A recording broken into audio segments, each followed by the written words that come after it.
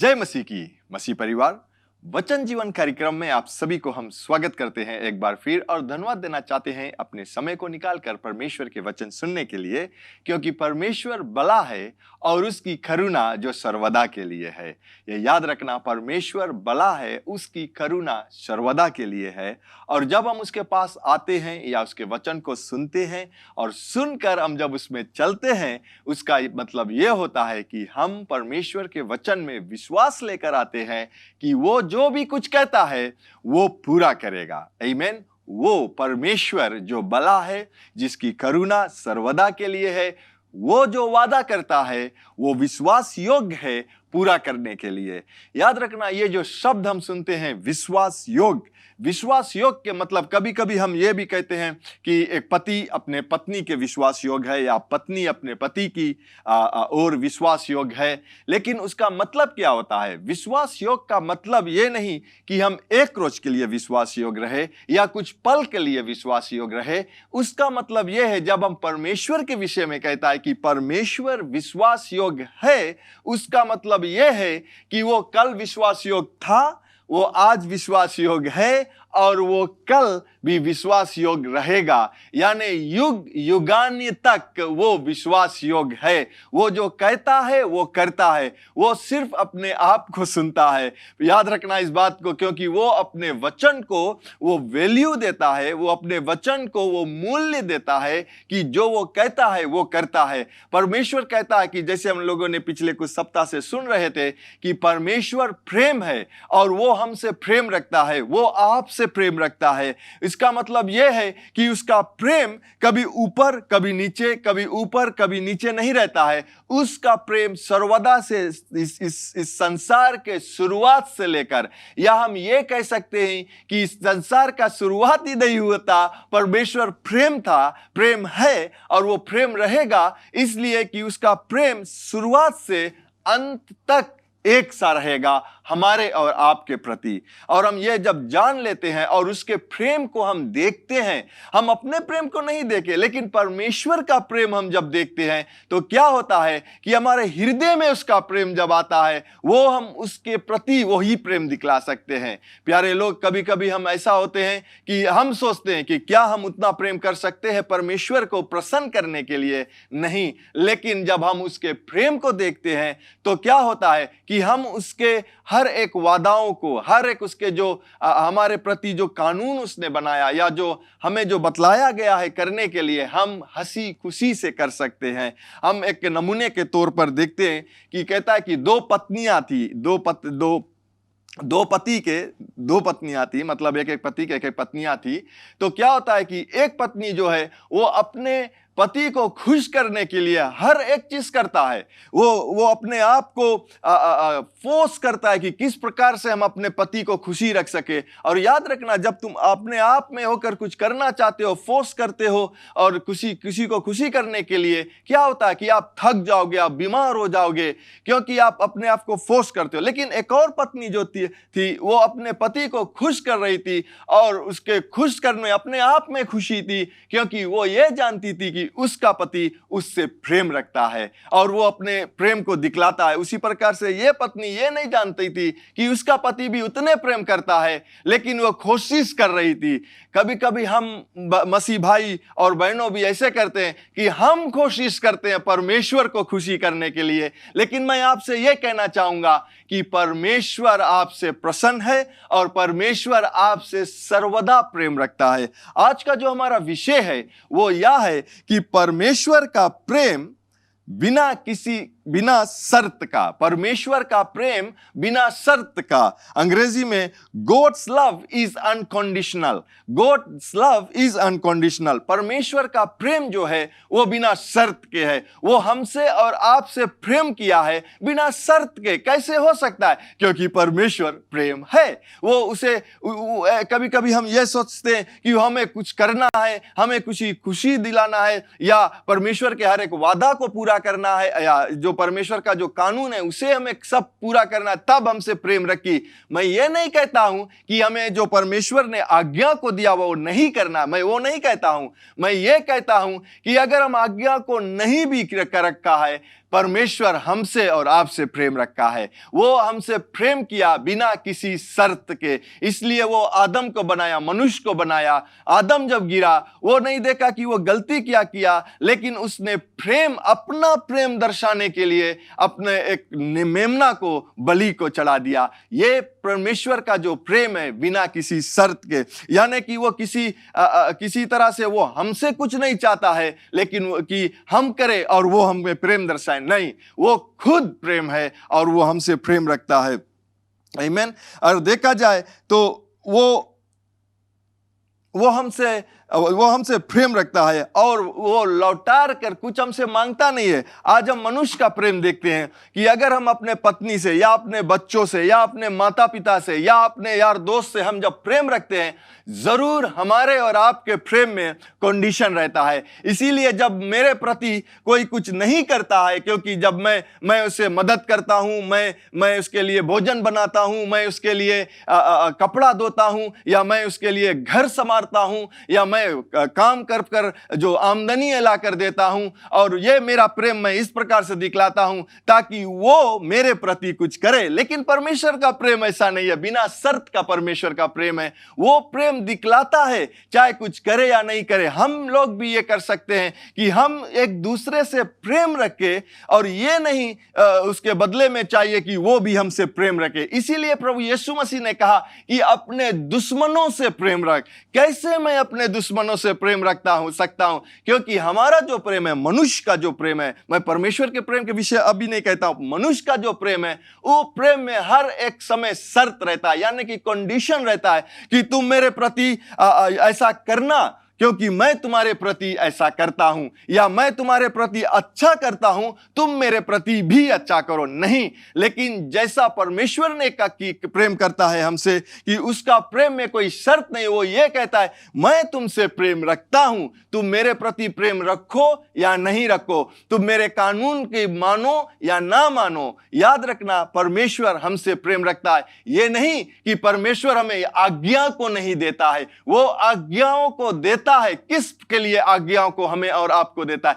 ताकि हम ये जान सके कि आगे अगर मैं इस रास्ते से जाऊंगा, वहां पर गड्ढा है, मैं गिर जाऊंगा। मेरा प्रेम ये, परमेश्वर का प्रेम ऐसा है कि वो बतलाएगा कि फिलिक्स, तुम इस रास्ते से नहीं जाना, इस रास्ते में अगर तुम जाओगे अंधेरा है और वहां पर गड्ढा है, गिर जाएगा, तुम इस रास्ते से जाना। उसका प्रेम ऐसा है कि मैं जाऊंगा, फिर भी वो मुझे बतलाएगा, लेकिन वो मुझे फोर्स नहीं करेगा। मैं उस गड्ढे पर गिर भी जाऊंगा तो भी उसका प्रेम मेरे प्रति कमती नहीं होगा, लेकिन वहां पर मुझे मदद करेगा निकालने के लिए। ऐसा परमेश्वर का प्रेम हमारे और आपके लिए है। उसका प्रेम जो है वो कभी कमती नहीं होता है। मैं ये कहना चाहूंगा, मैं वचन को पढ़ूंगा, लेकिन मैं ये कहना चाहूंगा कि परमेश्वर का प्रेम जो बिना शर्त का है, एक मनुष्य के लिए जो पापी है, जो परमेश्वर को या प्रभु यीशु मसीह को अपनाया नहीं, उसके साथ में वो वहां तक जाएगा जब तक जाएगा और उससे बातें करेगा, उसको बतलाएगा कि सही रास्ता क्या है। प्रभु यीशु, अपने मन को फिरा,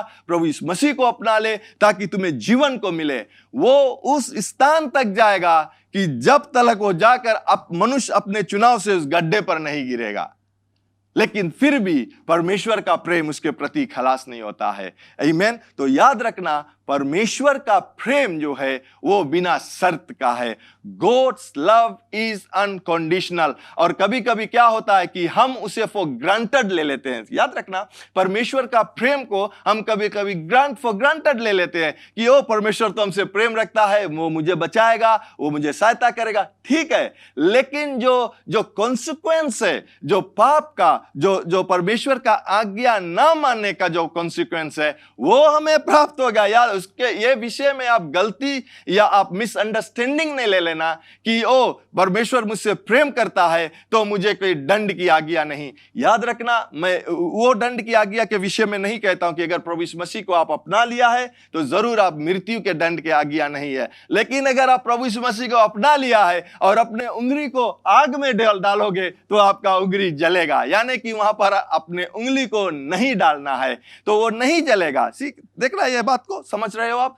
परमेश्वर का जो प्रेम बिना शर्त का है वो मदद करेगा, वो बतलाएगा कि ये उंगली को आप आगी में मत डालना बेटा वरना जल जाओगे। लेकिन हम कहते हो परमेश्वर आप मुझसे प्रेम रखता है, मुझे बचाओगे। ओ शद्रक मेशक अबेदनीगो को बचाया था, नहीं, शद्रक मेशक अबेदनीगो को बचाया था परमेश्वर, खुद यीशु आकर उन लोगों के साथ में घुमाता। क्यों? क्योंकि वो अपने आप से नहीं आग में कूदा, लेकिन उनके जो दुश्मन थे, जो राजा थे, जो कह रहे थे कि तुम मेरे जो ये मूर्ति है उसके सामने झुको, अपने परमेश्वर को छोड़कर मेरे सामने झुको, उस स्थान पर परमेश्वर ने आकर बचाया। लेकिन बहुत से लोग ऐसे जानते हैं कि वहां पर मैं जाऊंगा और मैं जैसे कहते हैं ना कि हम लोग यहां पर सुनते हैं बहुत समय, ब्रदर ब्रायन सब टाइम शेयर करें ना, बोले जो कहते हैं कि जो जो जो वॉलेट में पैसा रहता है ना, बोले फ्राइडे के तलब मिलता है, वॉलेट में पैसा रहता है, और जब दूसरे सुबह देखते हैं कि वो वॉलेट में पैसा नहीं, कहाँ गए, शैतान एक चोरी करके, बोले लाइक चल दिस ना,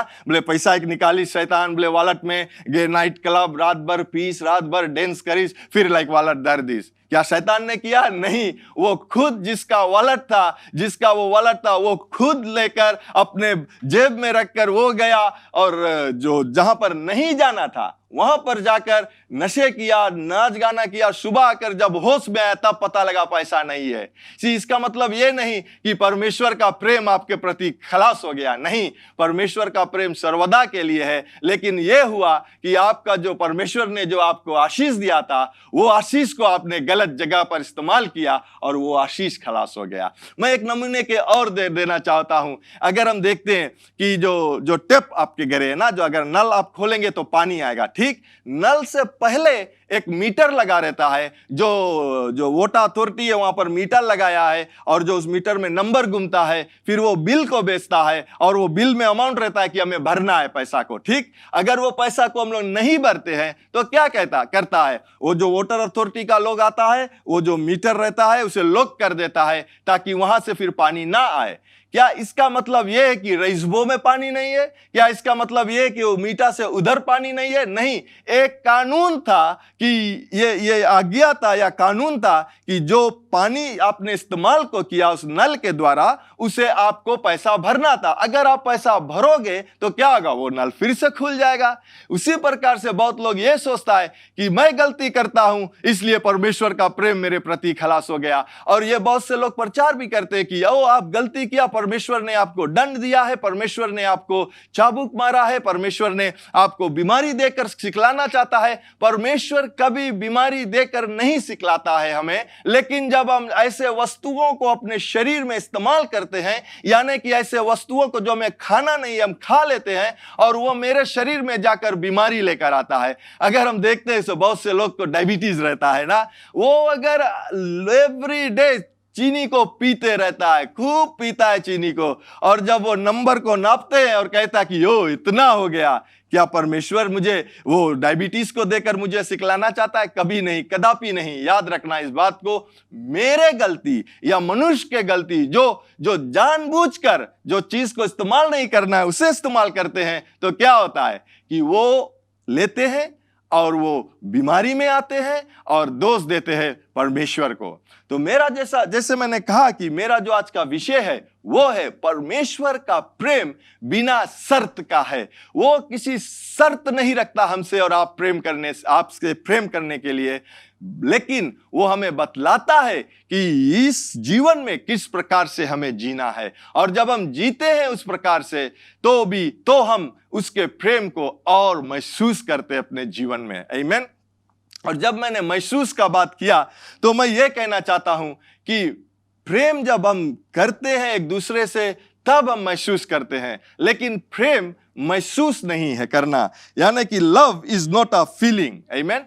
प्रेम जो है वो महसूस नहीं है। परमेश्वर अगर महसूस करता कि या वो फीलिंग के द्वारा, इमोशन के द्वारा हमें और आपसे प्रेम रखता, तो क्या होता, आज शायद मैं नहीं यहां पर खड़ा होता, शायद आप इस जहां से अपने घर से सुन रहे हो, शायद आप रहते नहीं सुनने के लिए, क्योंकि हमारे में कोई ऐसा वस्तु नहीं जो अच्छा है, ना किसी मनुष्य में कोई ऐसा वस्तु नहीं जो अच्छा है। लेकिन परमेश्वर का जो प्रेम है वो प्रेम उसने चुना कि हमसे और आपसे प्रेम करे। क्यों वो चुन सका? क्योंकि वो खुद प्रेम है। और हम मनुष्य एक दूसरे से प्रेम करने के लिए हमें चुनना पड़ेगा कि हम एक दूसरे के जैसे प्रेम रखें। जैसे मैंने कहा कि यीशु मसीह ने कहा कि अपने दुश्मनों से प्रेम रख, अपने बैरियों के लिए प्रार्थना को कर। हमें चुनाव को करना है, हमें महसूस नहीं करना है। अगर हम ये कह दे कि हम प्रेम में महसूस जब तक करेंगे नहीं, हम प्रेम एक दूसरे से कर नहीं सकते हैं। तो याद रखना, आप एक मनुष्य एक दूसरे, आप एक पति एक पत्नी भी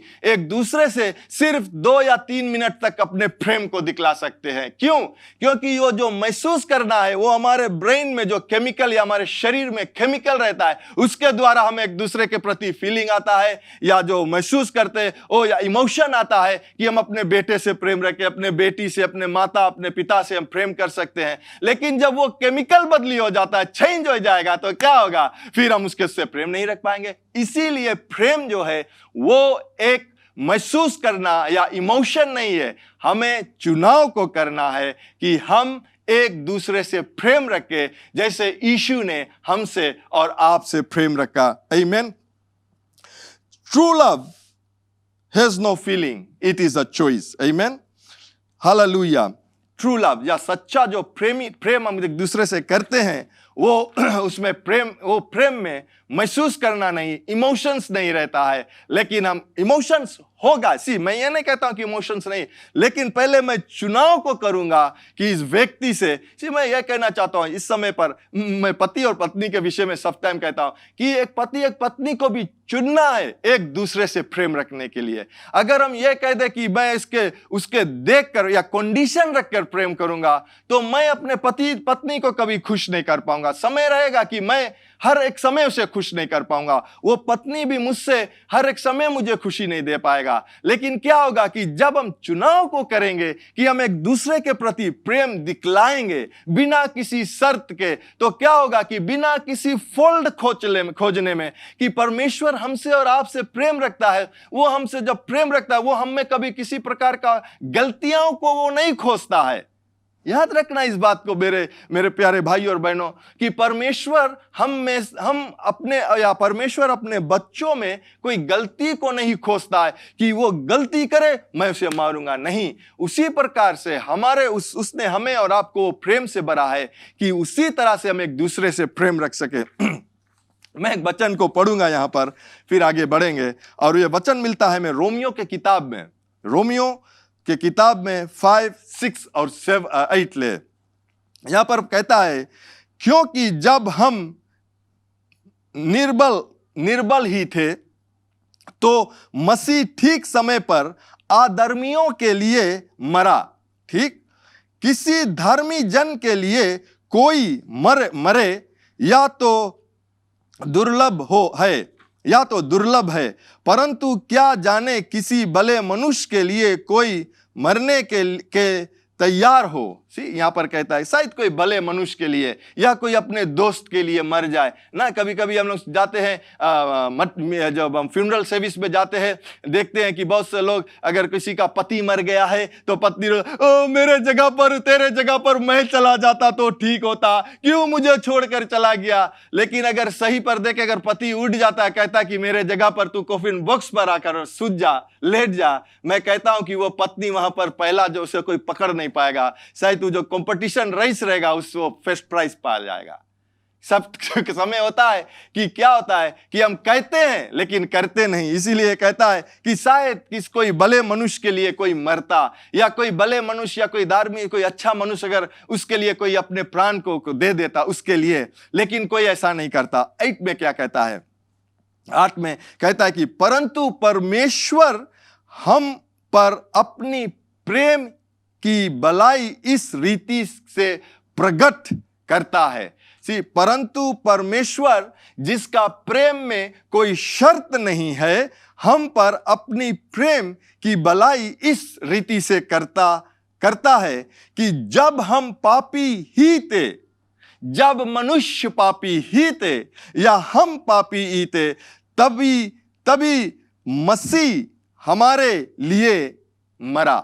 मैं फिर से पढ़ूं, परंतु परमेश्वर परंतु परमेश्वर हम पर अपनी प्रेम जो परमेश्वर के प्रेम में कोई शर्त नहीं है कि भलाई इस रीति से प्रकट करता है, यानी कि परमेश्वर अपना प्रेम का या अपना प्रेम को इस प्रकार से दिखलाता है कि जब हम पापी ही थे, मसीह हमारे लिए मरा। जब हम पापी ही थे, जब हम किसी चीज या अच्छाई नहीं किया था, लेकिन प्रभु यीशु मसीह हमारे और आपके लिए मरा। आमीन। मैं यहीं पर समाप्त करूंगा वचन के द्वारा, और फिर अगले सप्ताह यहीं से शुरुआत करूंगा इसी वचन के द्वारा, ताकि हम और परमेश्वर का वचन में से देख सके जो मैंने अभी तक बतलाया है। आमीन। मैं आप सभी के लिए प्रार्थना करना चाहूंगा। स्वर्गीय पिता, मैं धन्यवाद देना चाहूंगा आपका प्रेम जो बिना शर्त के हमारे लिए है। और प्रभु, जब हम आपके प्रेम की ओर अपने निगाह को दौड़ाते हैं तो हमें किसी चीज के लिए अपने आप को फोर्स नहीं करना है, जोर जबरदस्ती नहीं करना है, लेकिन जब हम आपके प्रेम में डूबता ही जाते हैं, हम खुद ब खुद आपके आज्ञाओं को पालन करते जाएंगे। परमेश्वर, हम ये प्रार्थना हमारा है कि जितने भी लोग सुनते हैं उनके जो आंख है परमेश्वर वो खुल सके, आत्मिक आंख, और आपके प्रेम को वो देख सके। पिता, इस समय मैं ये भी प्रार्थना करता हूं कि जितने लोग भी पीड़ा में है प्रभु, इस समय वो छुटकारा को पाए उस पीड़ा से। यीशु के नाम से बीमारी मैं तुझे हुक्म देता हूं कि तू निकल कर चला जाए, पीड़ा तू निकल कर चला जाए और लौट करना है, यीशु के पवित्र नाम से। आमेन। आमेन। आपने प्रभु यीशु मसीह का वचन सुना है, और प्रभु यीशु मसीह ये भी कहता है कि मार्ग, सत्य, जीवन मैं हूं, बिना मेरे द्वारा आप पिता के पास नहीं जा सकते हो या पिता से मिल नहीं सकते हो। तो प्रभु यीशु मसीह को अपने जीवन में आप ग्रहण करना चाहते हो, उसको अपने जीवन में लेना चाहते हो ताकि आप उद्धार पा सकते हो, क्योंकि ये भी कहता है वचन कि जब आप अपने मुख से कहते हो कि प्रभु यीशु मसीह, परमेश्वर ने प्रभु यीशु मसीह को जिलाया है, और अपने हृदय में इन बातों को विश्वास करते हो, तो आप उद्धार को पाते हो। तो अगर आप अपने जीवन को प्रभु यीशु मसीह के देना चाहते हो और पवित्र आत्मा को अपने जीवन में लेना चाहते हो, तो मेरे बाद में इस प्रार्थना को आप कीजिए। कहिए, स्वर्ग पिता, मैं विश्वास करता हूं यीशु मसीह प्रभु है, जो क्रूस पर अपना प्राण दे दिया, और पिता आपने तीसरे दिन बाद उसे फिर से जिलाया है मुझे पाप से क्षमा करने के लिए। प्रभु यीशु मसीह, मैं आपको अपना जीवन का प्रभु बनाता हूं। आज से मैं आपके मार्ग में चलूंगा, आज से मैं आपके सेवा करूंगा। मैं प्रार्थना करता हूं कि मुझे पवित्र आत्मा से भर दीजिए, जो मेरे जीवन के हर एक दिन को आपके मार्ग में चलाएगा। यीशु मसीह के नाम से मैं ये प्रार्थना करता हूं, आमीन।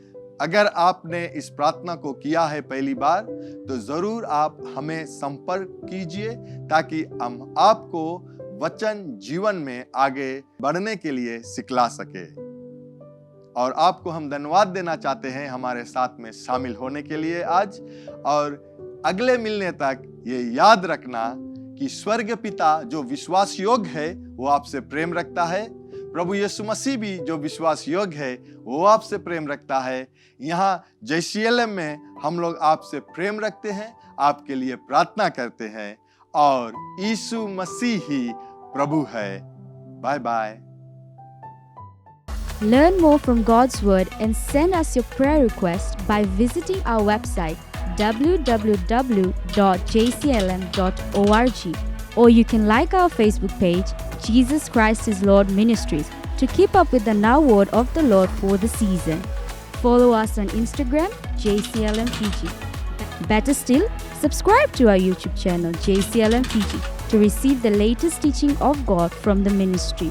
If you like to host Brother Brian for teaching and ministering at your church, or host a conference, you can contact our church office 3315202.